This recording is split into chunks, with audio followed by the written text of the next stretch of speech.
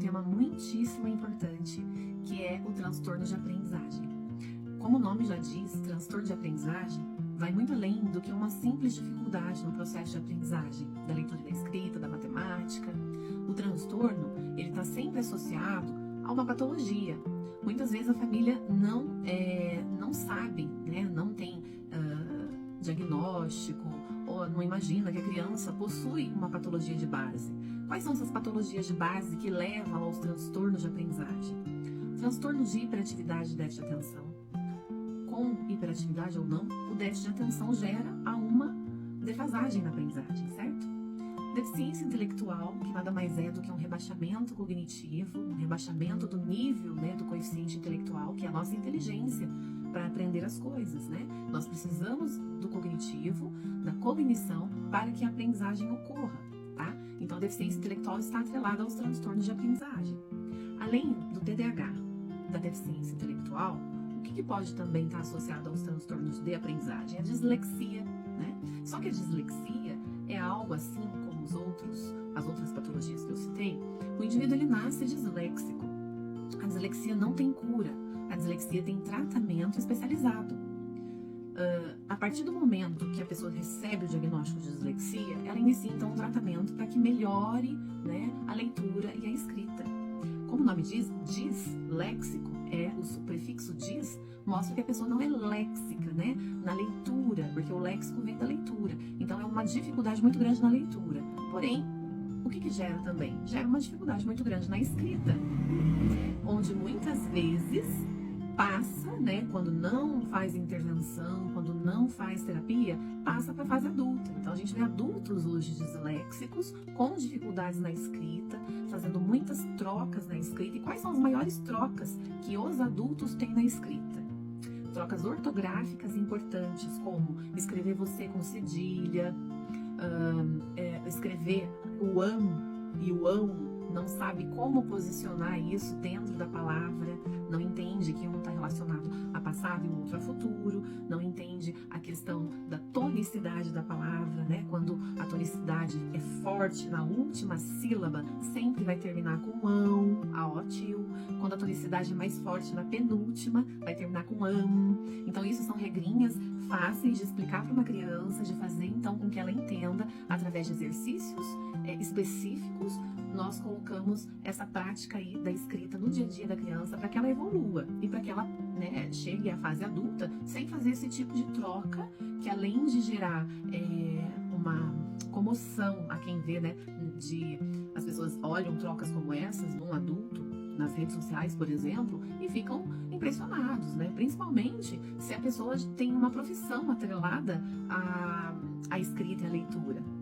Eu já vi em 24 anos de formação professores fazerem trocas como essa, já vi advogados fazerem trocas como essa. Isso já nos leva a imaginar que essa pessoa, de fato, não é uma falha de ensinagem que ela teve ao decorrer da vida dela, e sim uma defasagem diante de uma patologia que possivelmente possa ser dislexia.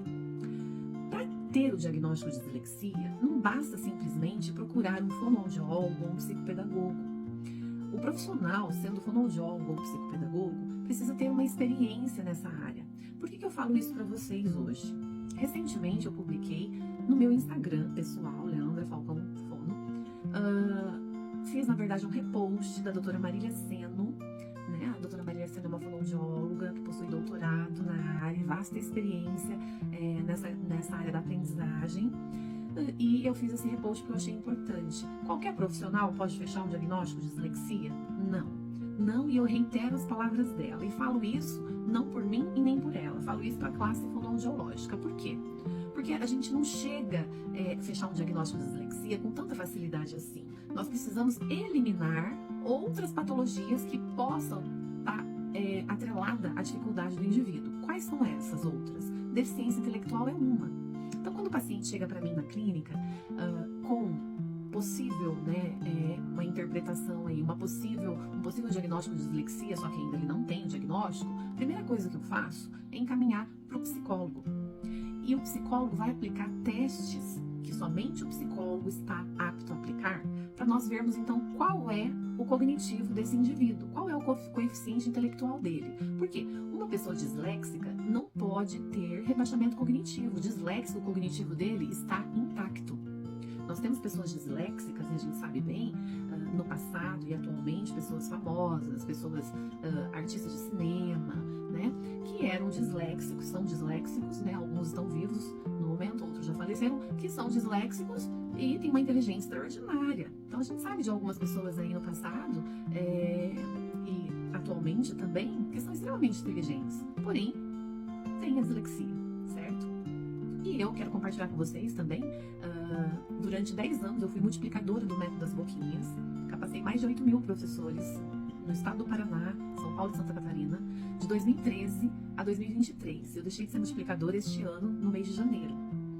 Durante esse tempo, quando eu entrei para ser multiplicadora em 2013, eu já tinha 13 anos de formada, eu já tinha formação há 13 anos em fonoaudiologia, eu já tinha especialização em linguagem, que foi a minha primeira especialização, e eu já tinha pós-graduação em psicopedagogia.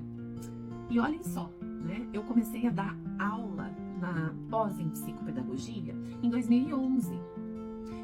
Eu dava aula na pós em psicopedagogia, eu atuava também no diagnóstico de dislexia, porém eu tinha muito próximo a mim, que é a minha mãe, uma disléxica grave, consagrada assim, grave no decorrer assim, né, no momento, na fase adulta, agora não, mas se a gente parar para pensar, foi um dia grave. Agora ela é uma disléxica treinada, digamos assim, né?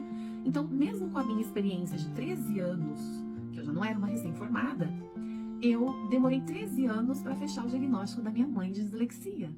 Quem me ajudou foi a doutora Renata Giardini, criadora do método das boquinhas, a fechar esse diagnóstico. Então, não é qualquer profissional, seja fonoaudiólogo, seja psicopedagogo, que tem habilidades e experiência para poder fechar um diagnóstico de dislexia. Necessita sim ter habilidades e uma vasta experiência para fechar um diagnóstico. Porque até então a gente pode cometer erros grotescos achando que o indivíduo é disléxico, mas não é. De repente ele é um DI, certo? Achando que ele é um disléxico somente auditivo, ele é misto, ele é visual também. Então tem que entender sobre os transtornos de aprendizagem para a gente poder realmente fechar um diagnóstico, porque é uma coisa muito séria, né? Vai repercutir em torno da vida toda dessa pessoa, certo? Então eu quis hoje gravar esse vídeo para vocês. Eu acho esse vídeo importante, né? Essa fala importante tanto para os pais de crianças com transtornos de aprendizagem, os pais que desconfiam que o filho tem um transtorno de aprendizagem, os pais que já sabem que o filho tem um transtorno, né? E em relação à dislexia especificamente, eu queria ressaltar, né, essa importância de ter esse olhar clínico experiente, né, para poder fechar um diagnóstico com maestria de verdade e assim fazer as intervenções necessárias ao longo da vida desse indivíduo, tá?